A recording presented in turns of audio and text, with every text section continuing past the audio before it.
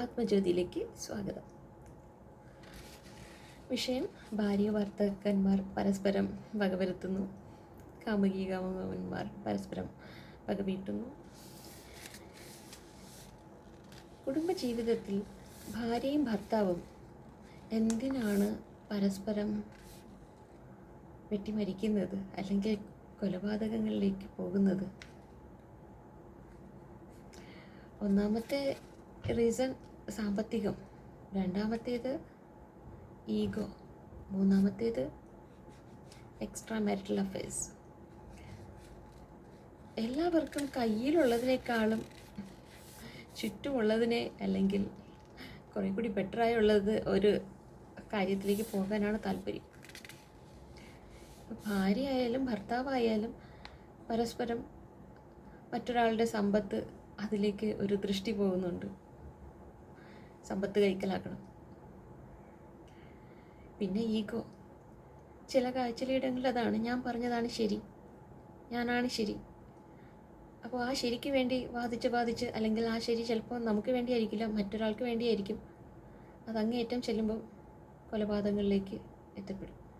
പിന്നെ പുരുഷന്മാരുടെ മദ്യപാനം. സ്ത്രീകൾ മദ്യപിക്കുന്നുണ്ടോ എന്ന് എനിക്കറിയില്ല. പുരുഷന്മാരുടെ മദ്യപാനം ബോധമില്ലാത്ത അവസ്ഥയിലെത്തി ഇതുപോലെ കൊലപാതകങ്ങളിലേക്കൊക്കെ എത്തുന്നുണ്ട്. ഇപ്പോൾ ഈ ഭാര്യയും ഭർത്താവും ഒരു കൊല നടക്കുന്നെങ്കിൽ അവിടെ വേറെ വ്യക്തികളുണ്ടെങ്കിൽ നമുക്ക് ആർക്കെങ്കിലും അതിലിടപെടാൻ പറ്റുമായിരുന്നു. പക്ഷേ ഇത് നടക്കുന്നത് അവരുടെ പ്രൈവറ്റ് സമയത്താണ്, അവരുടെ പ്രൈവറ്റ് പ്ലേസിലാണ്, അല്ലെങ്കിൽ അവർ സ്വകാര്യമായി കണ്ടുമുട്ടുന്ന സമയങ്ങളിലായിരിക്കും ഇതൊക്കെ സംഭവിക്കുന്നത്. അപ്പോൾ നമുക്കാർക്കും അവിടെ ഒന്നും ചെയ്യാൻ കഴിയില്ല. അപ്പോൾ ഈ ഭാര്യയായാലും ഭർത്താവായാലും കാമുകനായാലും കാമുകിയായാലും മനസ്സിലാക്കേണ്ട കുറച്ച് കാര്യങ്ങളെക്കുറിച്ച് ഞാൻ ഇവിടെ പറയാം. നമുക്ക് ഒരു ജീവിതം കിട്ടി, അതിനകത്തൊരു ഭാര്യ വന്നു അല്ലെങ്കിൽ ഭർത്താവ് വന്നു. അത് നമ്മുടെ ലൈഫ് എന്ന് പറയുന്നത് 5 മിനിറ്റോ 10 മിനിറ്റല്ല. നമ്മൾ ഒരു പ്രായം വരെ മാതാപിതാക്കളുടെ ഒപ്പമായിരിക്കും. അത് കഴിയുമ്പോൾ നമുക്കൊരു പാർട്ട്ണറെ ആവശ്യമാണ്, കുടുംബം ഉണ്ടാക്കണം. അപ്പോൾ നമ്മൾ വിവാഹം കഴിച്ച് വിവാഹ ജീവിതത്തിലേക്ക് വരുന്നു. അത് കഴിഞ്ഞിട്ട് പിന്നെ നമുക്കുള്ളത് ഒരു 10-40 അല്ലെങ്കിൽ പിന്നെ മരണം വരയ്ക്കും നമ്മൾ ഈ പാർട്ട്ണറുടെ കൂടെ തന്നെയാണ് കഴിയുന്നത്. ഒരു പാർട്ട്ണർ ജീവിതത്തിലേക്ക് വരുന്നത് നമ്മളുടെ ഇഷ്ടാനിഷ്ടങ്ങൾ അതെല്ലാം അതിൽ ഉണ്ട്. പക്ഷേ നമ്മൾ അവരെ ബന്ധിച്ചിടാൻ പാടില്ല. ഒരു കുടുംബമായി കുട്ടിയായി നമ്മൾ അതിങ്ങനെ റൺ ചെയ്തുകൊണ്ടിരിക്കുകയാണ്. അല്ലാതെ മറ്റേ ആൾ എത്ര സമയത്ത് വന്നു, ഇന്ന സമയത്ത് ഞാൻ വിളിച്ചപ്പോൾ ഫോൺ എടുത്തില്ല, എൻ്റെ ബന്ധുക്കാരുടെ കല്യാണത്തിന് വന്നില്ല, അങ്ങനെ നിസാര കാര്യങ്ങൾക്കാണ് പല വീട്ടിലും പ്രശ്നങ്ങളും വഴക്കും. ചെറിയ വഴക്ക്, ഈഗോ, അല്ലെങ്കിൽ എന്നെ ശ്രദ്ധിക്കുന്നില്ല, അങ്ങനെ കുറേ വിഷയങ്ങൾ. നിസാരമായ കാര്യങ്ങളാണ് പിന്നെ പറഞ്ഞ് അത് വലുതായി വഴക്കിലേക്കും പിന്നെ പിണക്കത്തിലേക്കും പിന്നെ വാശിയിലേക്കും പിന്നെ വൈരാഗ്യത്തിലേക്കും പിന്നെ കൊലപാതകങ്ങളിലേക്കും ഒക്കെ പോകുന്നത്. മനസ്സിലാക്കേണ്ട ഒരു കാര്യം, നമുക്കൊരു പാർട്ട്ണറെ കിട്ടുന്നതെന്ന് പറയുന്നത് നമുക്കൊരു പങ്കാളിയാണ്, അല്ല നമുക്കൊരു അടിമയല്ല കിട്ടുന്നത്. ഒരു പങ്കാളി, നമ്മുടെ ലൈഫ് നമുക്ക് ഷെയർ ചെയ്യാൻ കിട്ടുന്ന ഒരു പങ്കാളിയാണ്. ആരും പൂർണ്ണരല്ല, ആരും പെർഫെക്റ്റ് അല്ല. തെറ്റുകുറ്റങ്ങളും വീഴ്ചകളും ഈ ജീവിതത്തിൻ്റെ ഏതെങ്കിലുമൊക്കെ ഘട്ടത്തിൽ എല്ലാവർക്കും ഓരോരോ കുറവുകളും കുറ്റങ്ങളും ഒക്കെ സംഭവിച്ചിട്ട് തന്നെയായിരിക്കും നമ്മളുടെ ജീവിതം മുന്നോട്ട് പോകുന്നത്. അത് പക്ഷേ എല്ലാവരും അറിയണമെന്നില്ല.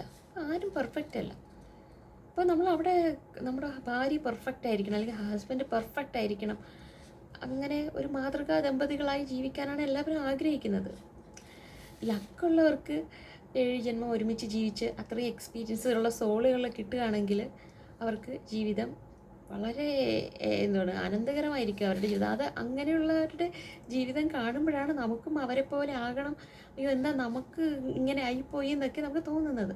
മനസ്സിലാക്കേണ്ട കാര്യം, നമ്മളെല്ലാവർക്കും ഡിഫറെൻറ്റ് ജീവിതമാണ് കിട്ടിയിരിക്കുന്നത്. കാരണം നമ്മൾ ജനിച്ചത് വേറെ സമയങ്ങളിലാണ്, വേറെ സ്ഥലങ്ങളിലാണ്. നമ്മുടെ മാതാപിതാക്കൾ വേറെയാണ്.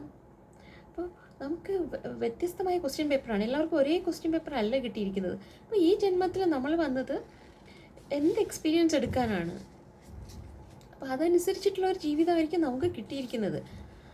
അപ്പോൾ അതിൽ നമ്മൾ പരിഭവിക്കാതെ നമുക്ക് ഇപ്പോൾ ഉള്ള ജീവിതം, നമ്മൾ ഉള്ള ദൈവം തന്ന ബുദ്ധി വെച്ചിട്ട് ഈ ജീവിതം എങ്ങനെ മനോഹരമാക്കി നമുക്ക് തീർക്കാം, നമുക്ക് എന്തൊക്കെയാണ് ഇവിടുന്ന് പഠിക്കാനുള്ളത്, നമുക്ക് കുറച്ചും കൂടി ബെറ്റർ ആയിട്ടുള്ള നമ്മളെ എങ്ങനെ ക്രിയേറ്റ് ചെയ്യാം, ആ രീതിയിലൊക്കെ ചിന്തിച്ച് മുന്നോട്ട് പോകണം.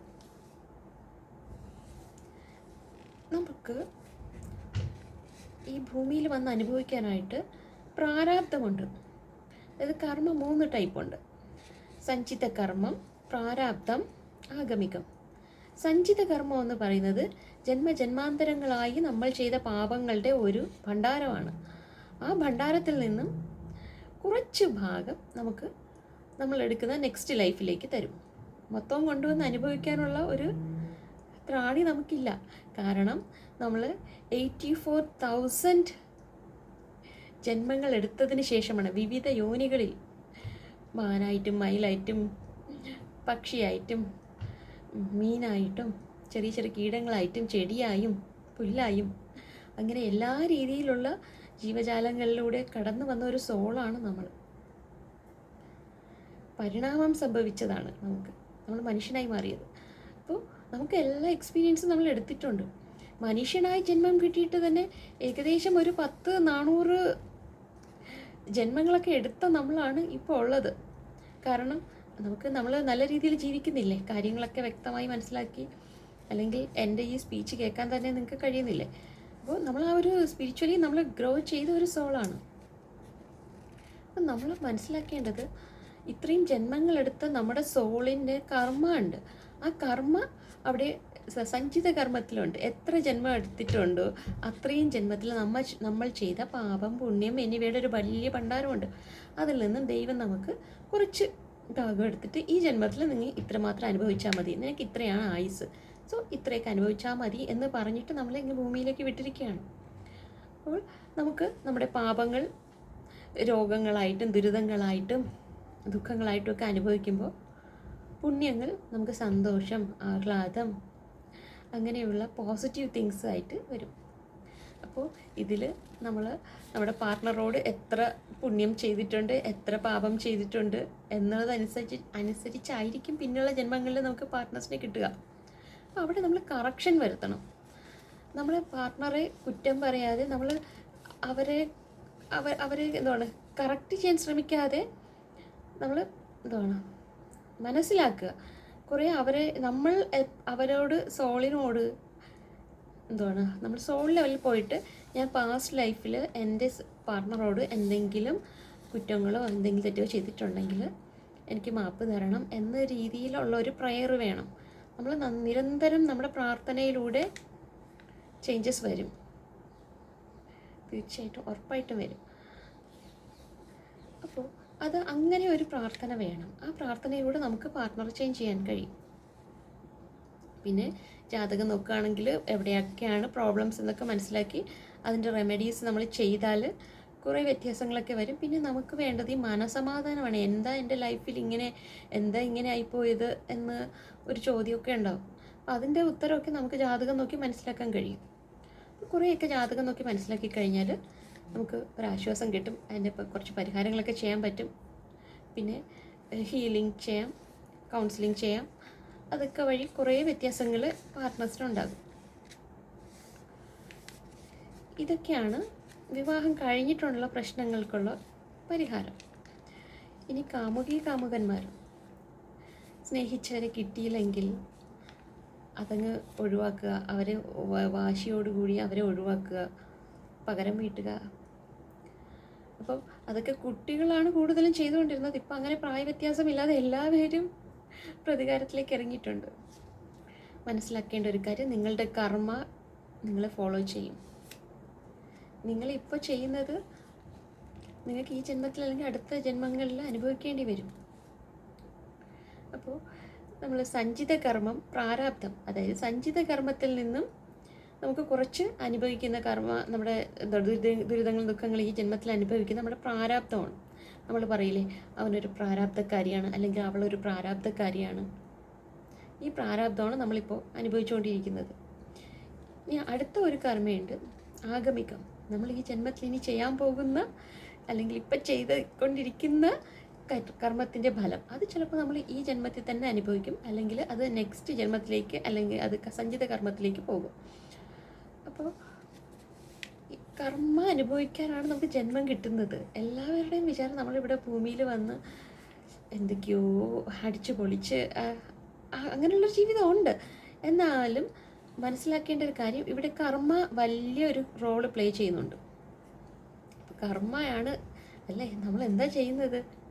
വെറുതെ ഇരിക്കുകയാണോ? എന്തെങ്കിലും ഒരു കർമ്മ ചെയ്യല്ലേ. നമുക്കിപ്പോൾ വെറുതെ ഇരുന്ന് ജീവിക്കാൻ പറ്റും, എന്തെങ്കിലും ഒരു ജോലി ചെയ്യണം. അപ്പോൾ ആ ജോലി ചെയ്യാൻ ഒരു തടസ്സം വരികയാണെങ്കിൽ, എത്ര പഠിക്കാൻ അല്ലെങ്കിൽ നമ്മൾ പഠനത്തിൽ തടസ്സം വന്നു, നമുക്ക് ജോലിയൊന്നും കിട്ടുന്നില്ല എങ്കിൽ നമുക്ക് മനസ്സിലാക്കേണ്ട ഒരു കാര്യം, നമ്മൾ പാസ്റ്റ് ലൈഫിൽ വിദ്യാഭ്യാസവുമായി ബന്ധപ്പെട്ട് എന്തൊക്കെയോ കാർമിക് ബ്ലോക്കേജസ് വരുത്തി വെച്ചിട്ടുണ്ട്. അപ്പോൾ അത് നമ്മൾ ക്ലിയർ ചെയ്യണം. അപ്പോൾ അതിൻ്റെ പരിഹാരം എന്ന് പറയുന്നത്, നമുക്ക് വിദ്യാഭ്യാസമാണ് തടസ്സമായി പോയതെങ്കിൽ, ജോലി കിട്ടുന്നില്ല എങ്കിൽ നമ്മൾ കുട്ടികളെ പഠിക്കാൻ സഹായിക്കുക. പുസ്തകങ്ങൾ, പേന, പെൻസിൽ, പഠനോപാധികളൊക്കെ അവർക്ക് ദാനം നൽകുക, ഗുരുക്കന്മാരെ ആദരിക്കുക. അങ്ങനെയുള്ള കുറച്ച് കാര്യങ്ങളൊക്കെയാണ് അതിൻ്റെ റെമഡീസായിട്ട് വരുന്നത്. അപ്പോൾ അതൊക്കെ ചെയ്യുമ്പോൾ നമ്മുടെ കർമ്മ ക്ലിയർ ആവും.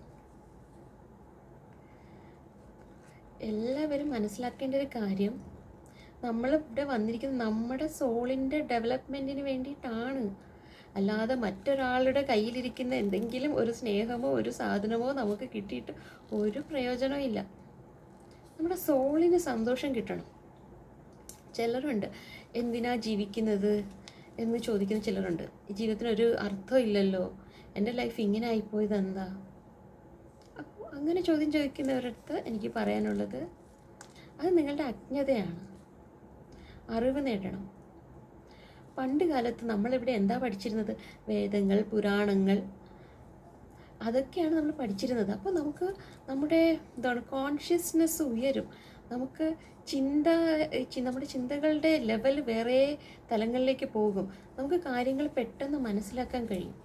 പക്ഷെ ഇപ്പം എന്താ ചെയ്യുന്നത്? നമ്മൾ ബ്രിട്ടീഷുകാർ കൊണ്ടുവന്ന, അവർക്ക് ജോലി ചെയ്യാൻ വേണ്ടിയിട്ട് നമ്മളെ പഠിപ്പിച്ച് അവരെ കൂലിക്കാരാക്കിയ വിദ്യാഭ്യാസമാണ് നമ്മളിപ്പോഴും ഫോളോ ചെയ്യുന്നത്.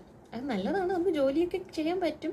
എങ്കിലും നമുക്ക് ബോധതലം ഉണരണമെങ്കിൽ നമ്മൾ വേദങ്ങളും പുരാണങ്ങളും ഒക്കെ പഠിക്കണം. അപ്പോൾ നമ്മുടെ അറിവ് നമ്മുടെ അജ്ഞതയെ നീക്കും. ആ അജ്ഞത നീങ്ങിയാൽ ഈ വക പ്രശ്നങ്ങളൊന്നും ഉണ്ടാവില്ല. ആരെയും കൊല്ലാനും തല്ലാനും ഒന്നും തോന്നൂല. അപ്പോൾ എല്ലാവർക്കും നന്മകൾ നേർന്നുകൊണ്ട്, ആയുരാരോഗ്യ സൗഖ്യങ്ങൾ നേർന്നുകൊണ്ട് നിർത്തുന്നു. Thank you.